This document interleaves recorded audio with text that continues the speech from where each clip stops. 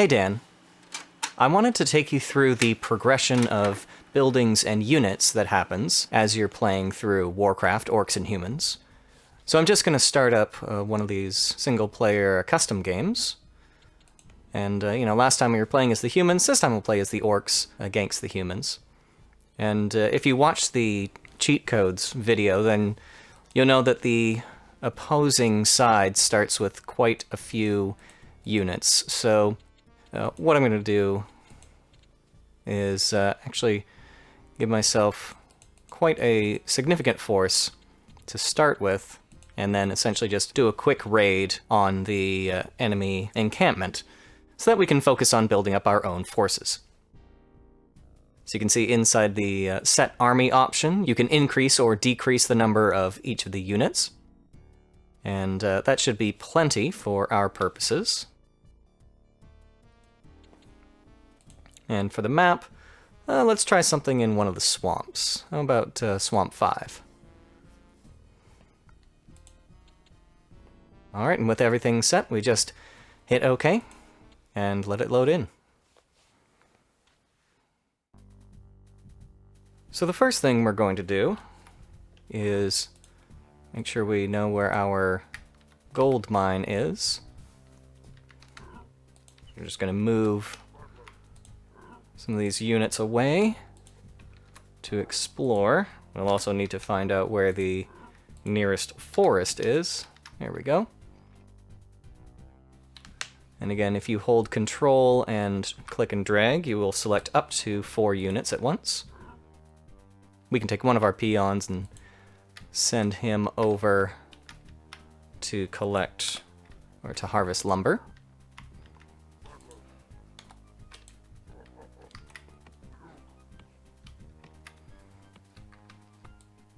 And continue exploring around with these others. And there's our gold mine. You can see your town hall shows up on the minimap in yellow, and gold mines show up in gray.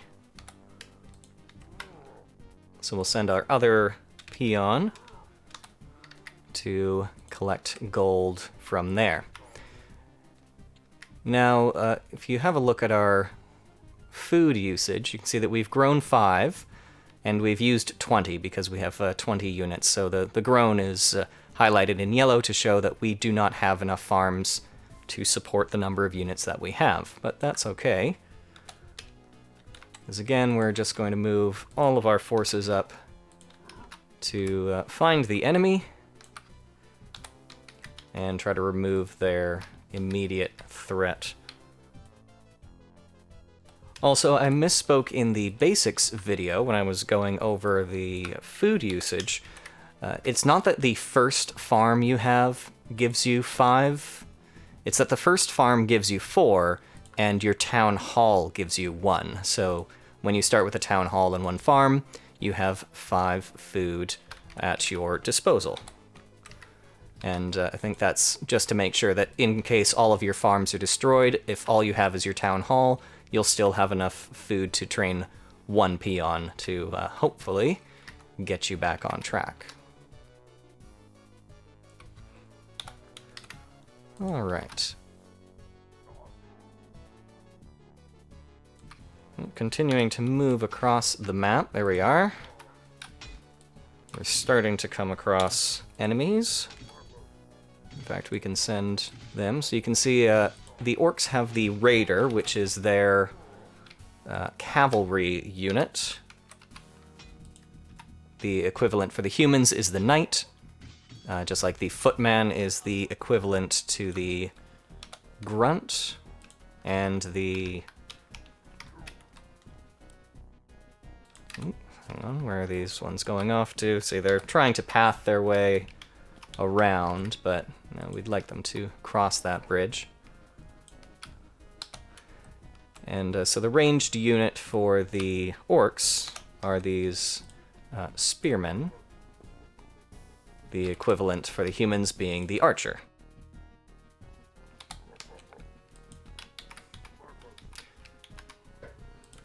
We'll just make sure we've got everybody going up, and you can see slowly we have our resources increasing. You just have to tell everybody to go ahead and attack, otherwise they sort of wait around until they come under direct fire. But we should be able to make quick work of the rest of these units. And I think I'll fast forward a bit until we've got this cleared away. And in the meantime, we've just got our peons back at the base, collecting up more gold and more lumber. So I'll jump ahead to the point where we are set to continue on with our building. Alright, so now that the threat has mostly been dealt with, we can focus back on our construction. As you can see, we did lose quite a few units there, but we've still used significantly more food than we've grown. So we're going to start with some more farms. And we'll just build out the roads as we're going.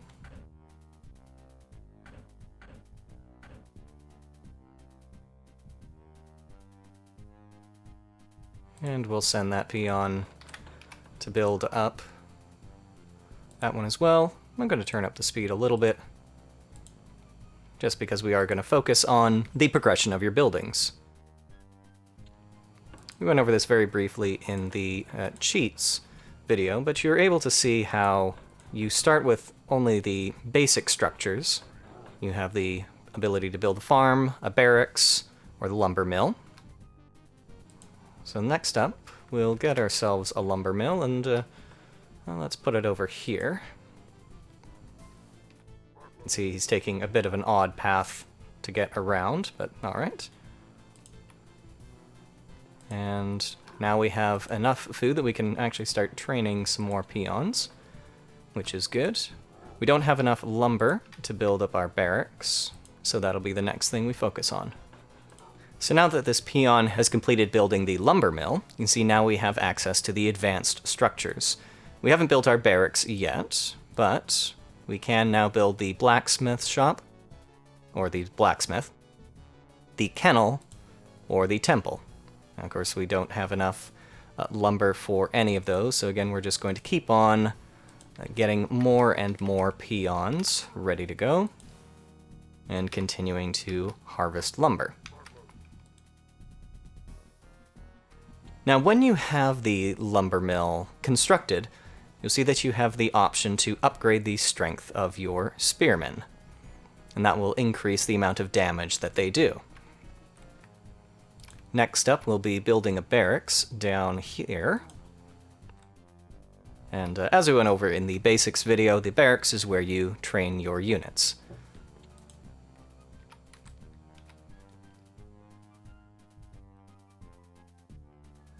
And once again, I'm going to speed things up just a little bit.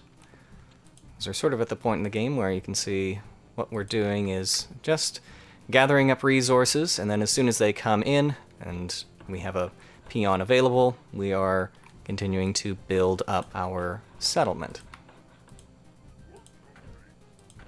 Again, make sure you have your roads built out so that you can build off of them. Let's see, do we have enough? We don't have enough gold yet for the blacksmith, the kennel, or the temple.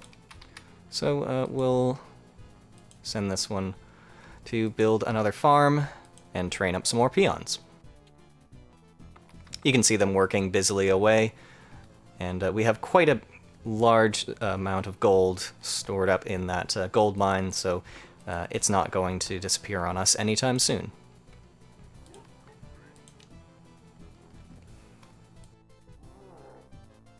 Alright, and we'll send him off into the gold mine while we wait for this peon to get trained.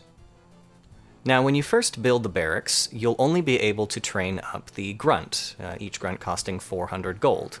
It's a basic melee combat unit, but when you have the mill, or the lumber mill, then you have access to the spearmen, which costs 50 more gold and also 50 lumber, but they're a ranged unit, which you could see during the attack that we did near the beginning, so they'll be able to sort of help keep your enemies at bay.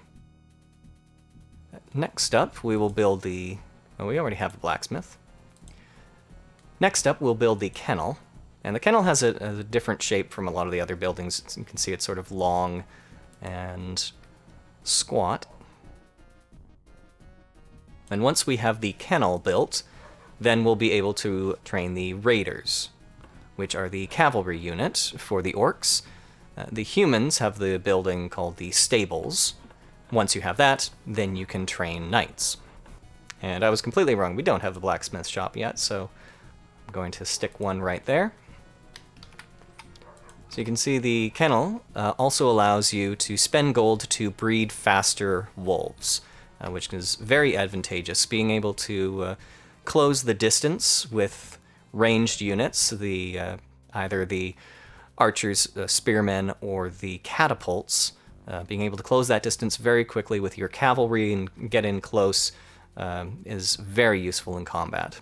But you can see now that we have as I said, the kennel, we can train raiders, and now that we have the blacksmith, we can also train catapults.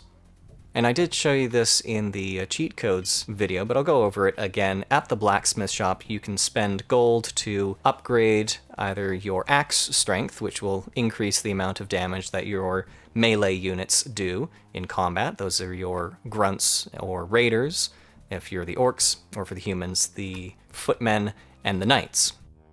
It also allows you to upgrade your shield strength so that your melee units will take less damage in combat. And the last two advanced structures we have are the temple and the tower. So let's stick a temple here. Let's see, how about next to the town hall there? And let's build up our road a little bit so that we've got a nice spot to stick our tower. And then if we want, we could put another farm down there. And since I haven't shown you one of these yet, I'll train a catapult, or build a catapult as it says. Alright, so we have built ourselves the temple, where we can train necrolytes. We'll train one of them up. They are a spellcasting unit. And lastly, we'll build a tower over here. Just going to take the catapult, and they're slow. I'll send it over here. It'll take some time to move.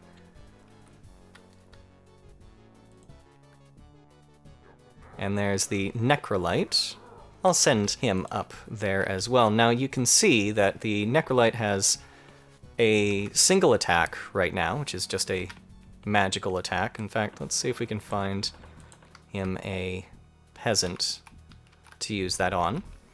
And he also has his hit points, or his health points bar, but above that is the magic bar, and you can see it filling up, and you can actually watch it go at the faster speed. You can see it sort of ticking up there, and that's a measurement of how many magic spells he can cast at any given time. We'll see if we can send him to chase down that peasant there. Now he starts off with just a single attack, which is just to send off sort of a magical bolt. But you can research other spells like Dark Vision, Raising the Dead, and Unholy Armor.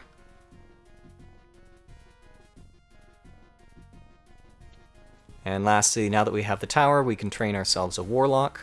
Oh, except we need more food, so let's build another farm there. And let's see. Oh, nope, I want you to go there. And I want you to try that. Try and attack him. You'll see he sends out a magical bolt. So it's another kind of ranged attack. We'll train ourselves a Warlock. And just like the Necrolyte, the Warlock is a magic user. So he will have access to his own separate pool of magic. And the Necrolytes and Warlocks have different spells. So let's research Dark Vision. And here's our Warlock. We'll send him up there as well. Move the catapult into position. And again, the Warlock starts with just a single attack. Let's see if we can get him to kill that peasant there.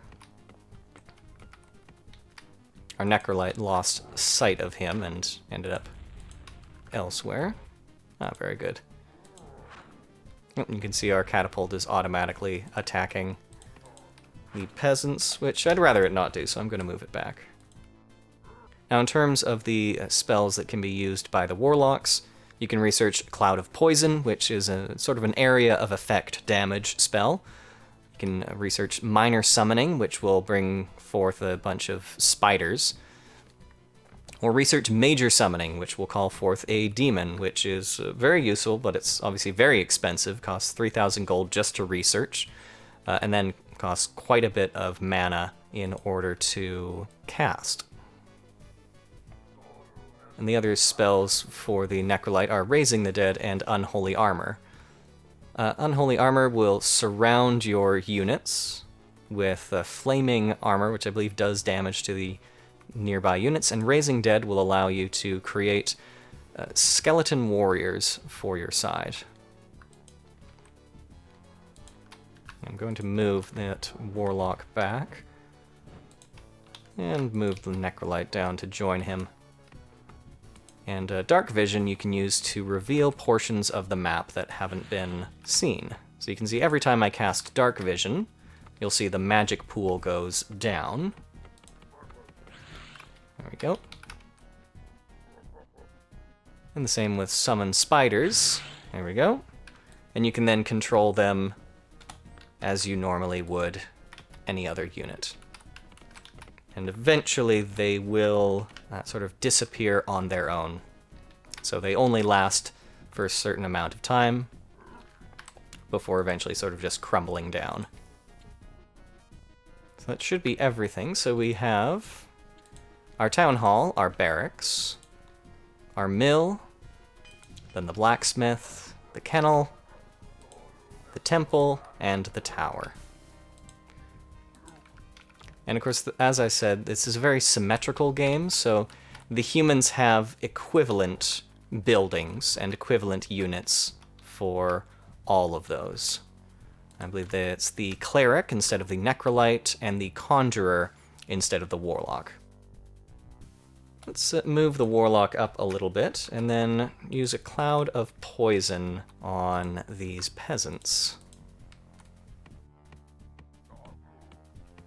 And then cast Cloud of Poison, and you'll see, yeah, as the peasants are in it, their hit points go down.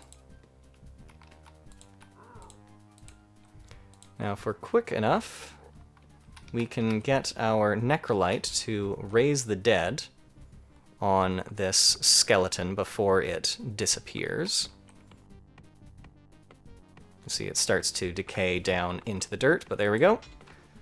And now we have a skeleton warrior, much like the spiders. And now, I was actually wrong, it looks like they don't have a timer on them, but I think the skeletons do. That's right. So you can see there's a magic pool for the skeleton as well as its hit points. And over time, the magic pool will decrease. You can sort of see it ticking down there, and that stops you from creating a mass of skeletons and just waiting to attack all at once with them. But let's move over here and try out Unholy Armor on one of our units, and we'll have to wait until we have enough mana to cast it, but we'll get him into position. And the last thing to research is Major Summoning. Of course, we could go through and spend all the gold to upgrade our axe strength and our shields, the strength of our spears, and get faster and faster wolves, but it's not really necessary at this point. I just wanted to show you the progression of things. You can see that as you go along, you get access to more buildings. More buildings give you access to more units, as well as more spells. So do we have enough for Unholy Armor now? There we are. Now, unfortunately, there's nobody to attack him, but he should be well protected against any damage sort of that would be normally coming into him.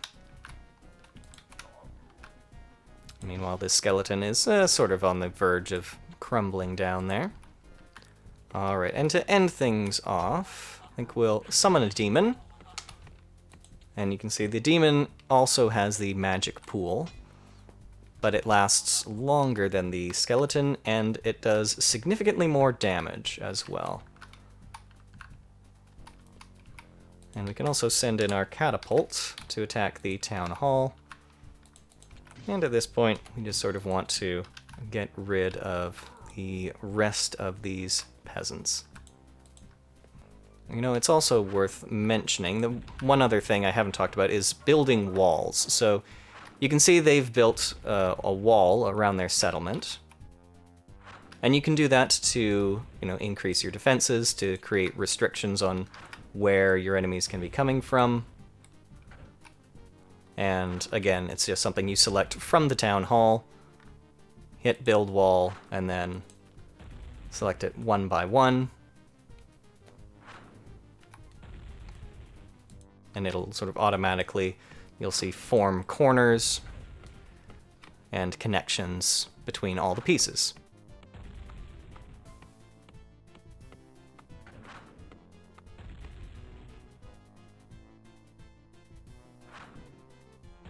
Well, we're getting close to being done here. There you are. Let's send this demon off to deal with the last of these peasants.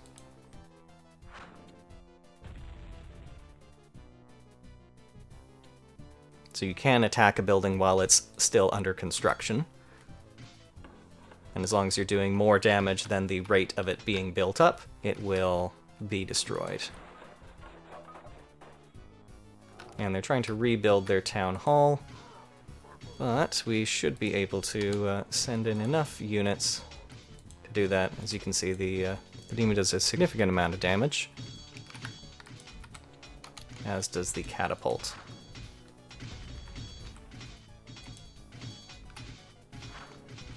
And with that done, but do be aware that your catapult can cause splash damage against your other units. So you can see I actually lost 2 grunts from there. But with that, we have defeated the humans. Well, Dan, that's the overview of how you progress through all of the various buildings and units in the tech tree.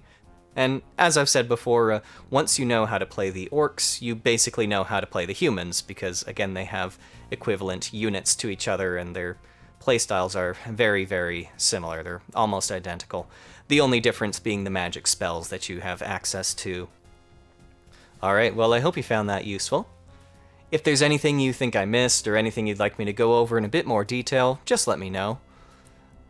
And do let me know if you want me to continue on with the campaign, either for the orcs or the humans, or both. Alright, thanks, Dan. I'll talk to you later.